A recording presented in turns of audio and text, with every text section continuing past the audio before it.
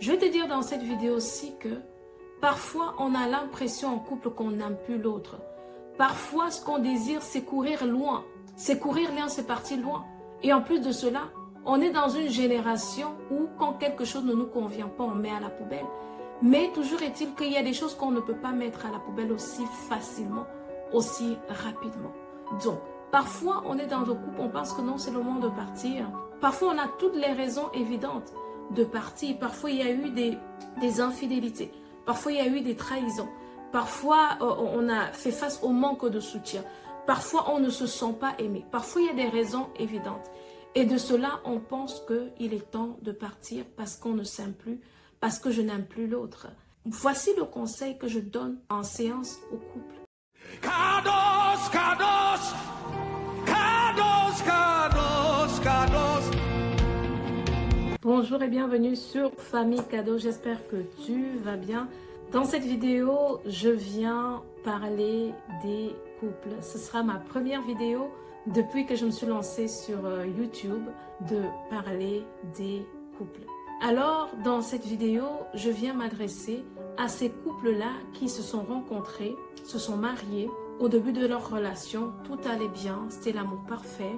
Ils avaient des bons projets, l'harmonie était parfaite entre les deux.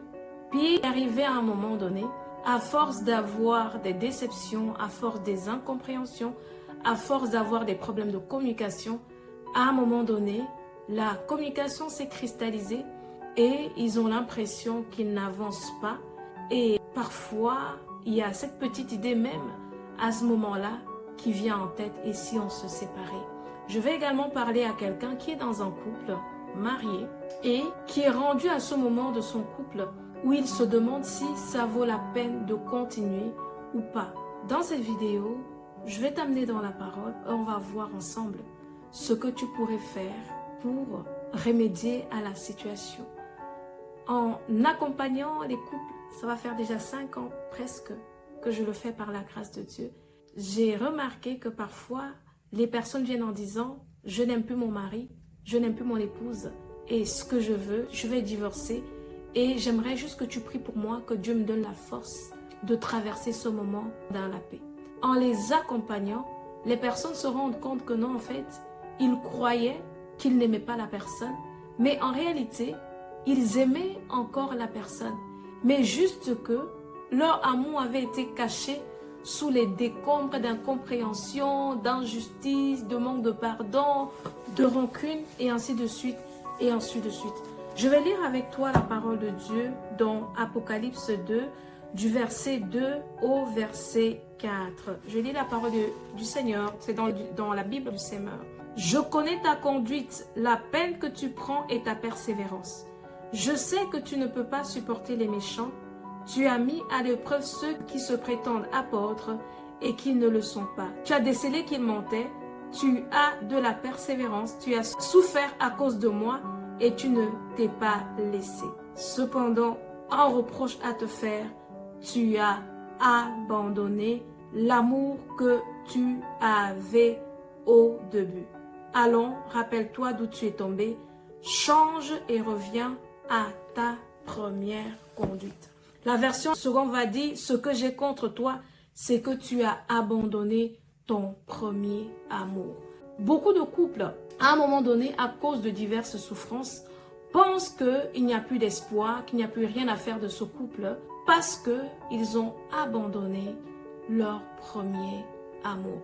Ils sont quittés de cet endroit-là où ils se sont rencontrés, où ils se sont aimés, où ils se sont choisis malgré les différences, malgré les difficultés, malgré les impossibilités.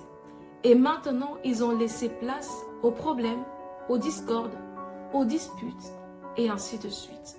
Je vais te dire dans cette vidéo aussi que parfois, on a l'impression en couple qu'on n'aime plus l'autre. Parfois, ce qu'on désire, c'est courir loin. C'est courir loin, c'est partir loin. Et en plus de cela, on est dans une génération où quand quelque chose ne nous convient pas, on met à la poubelle.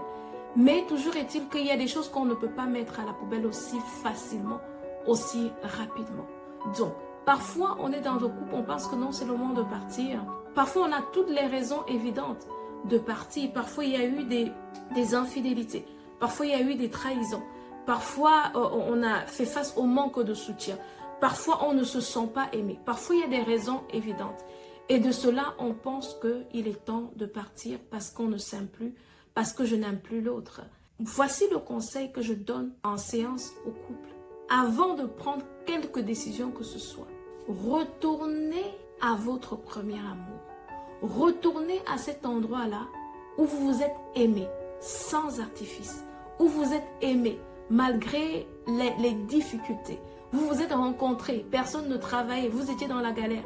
Vous vous êtes aimé, mais aujourd'hui tout va bien. Vous avez des finances nécessaires, vous prospérez financièrement. Mais à ce moment-là, vous voulez vous séparer. Retournez à cet endroit-là où monsieur a pris la décision de choisir parmi 1000 filles, une seule qui était la reine de son cœur.